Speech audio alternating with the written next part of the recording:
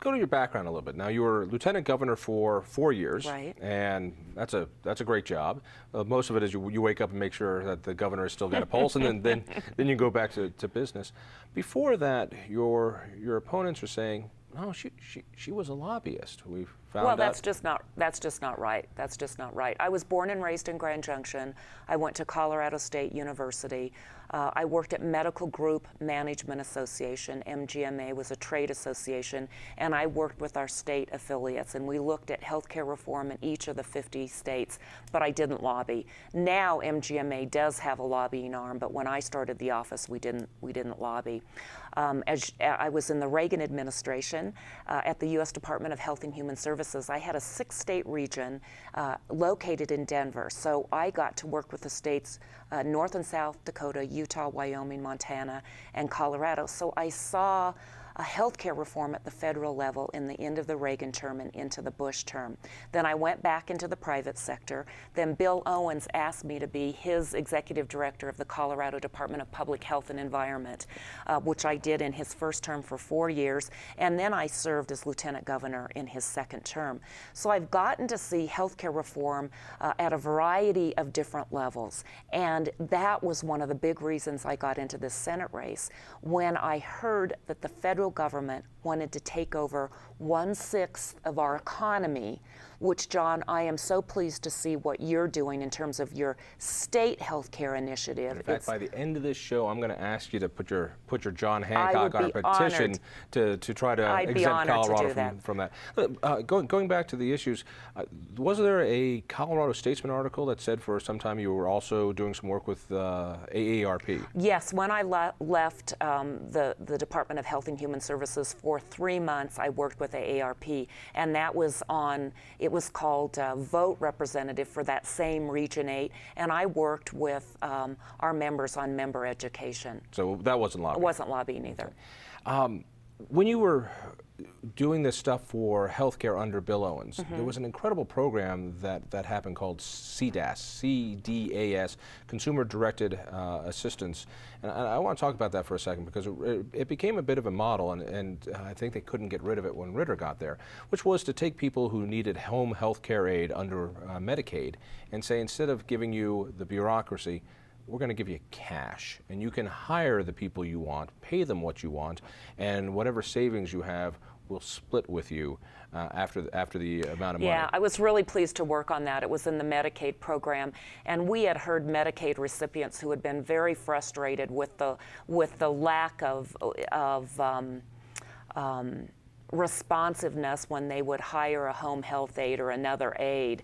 And what we said is we instituted a pilot and said, you can hire and fire who's going to assist you. And of course, the evaluation went sky high. People loved that because, you know, it was an amazing consumer success directed, yeah. Because then you had the person who needed the help to say, you know what, instead of this person that the agency sends me, I'm going to hire the person I know, and I'm going to work out a deal, and I'm going to be able to get what I want. And then to be able to say, I'll keep the savings and use it for durable medical goods, and you split that with the state. The state wins, they're better, and it was an incredible success. So congratulations on that. Well, and thank you. And it was by the way, you work for me, and so there was an expectation of performance, whereas before they'd send out an aide and there was no expectation. They wouldn't show up, they wouldn't do their job right, and there was no consequence. So we know that consumer-directed healthcare has incredible promise for bringing costs down and also making quality better.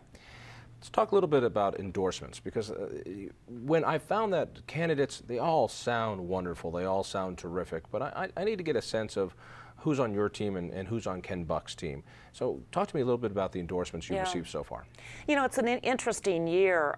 Sometimes endorsements mean more than others, but I'm really pleased that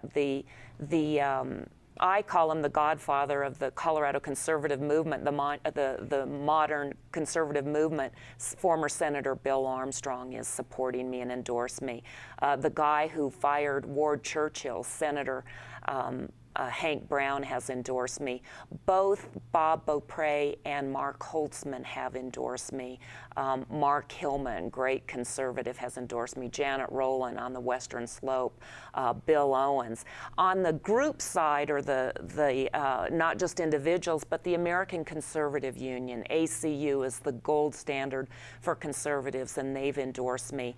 The United States Chamber of Commerce endorsed me, and I'm really pleased at that because jobs in the economy is my #1 priority, and they know that I've worked with our chambers across the state on job creation, especially around the aerospace issues. The Susan B. Anthony Pro-Life PAC for my work around pro-life They're not the ones activities. responsible for those ridiculous little dollars, were they? The coin dollars? Joking. I don't know what that, oh no. Anyway. And so I want to tell you one more though. The Pikes Peak Firearms Coalition for my Second Amendment stances. So the guys down in Colorado Springs, the Pikes Peak Firearms Coalition has endorsed me. So, let's see. So good ones. And the Family Research Council. How's money doing? Never enough. Go to my website. How is it going? Yeah. This is a tough race. Yeah. You know, Michael Bennett's raising unbelievable amounts of money. We're raising money. We got people all around the nation that see I can win, and they're contributing. 86% of my donors are right here from Colorado, but we can always use more because we got to get a good positive message out. I always like to throw this question out, and I always ask it, and I've never gotten a good answer to it. But as the campaign goes through, opposition research finds all sorts of wonderful things about nasty divorces and DUIs, and occasionally even charges of plagiarism. So I'm just curious, is anything you want to share with us before Oh, I would share it right here with you, John. Yeah. No, I don't think so. I mean, I've run before statewide, and I think I've been fairly vetted before. But all right, so no, you haven't hired a hitman to get rid of an ex-husband or anything like that? No. Okay. Your family's also involved in politics? Yeah. And you find any conflict in that? And that you've got some that have, your daughter who does an incredible job. No, she's at the state level. She's at the state level. I'm running for a federal office, but. Yeah. So you've got folks who work lobbying and working on the state level. You don't see any conflict with that on the federal level? No, and my family won't lobby me. I mean, they understand the rules. I understand the rules, and that would be an ethical breach, and it won't happen. And they know where you stand, I'm hoping. Yeah, that's right. Okay. That's right. If people want to get some more information, where do they go? JaneNortonForColorado.com. JaneNortonForColorado.com. All right, we've got 30 seconds left, and anything you want to get in, you versus Ken, the reason to vote for you is? I think ethics matter. I think character matters. We do not want business as usual. We don't want people who are going to fit right in. We want people who are going to rock the boat and get our country back on a good fiscal foundation. And I want to thank you for supporting my effort to get a healthcare choice initiative on this ballot. Here's that wonderful petition, so we'll go out with that happening. Thank you, Jane Norton, for joining. Thank you for joining me. I'm Jon Caldara. Listen for me late nights on 850 KOA. Tell a friend, and we'll see you next week.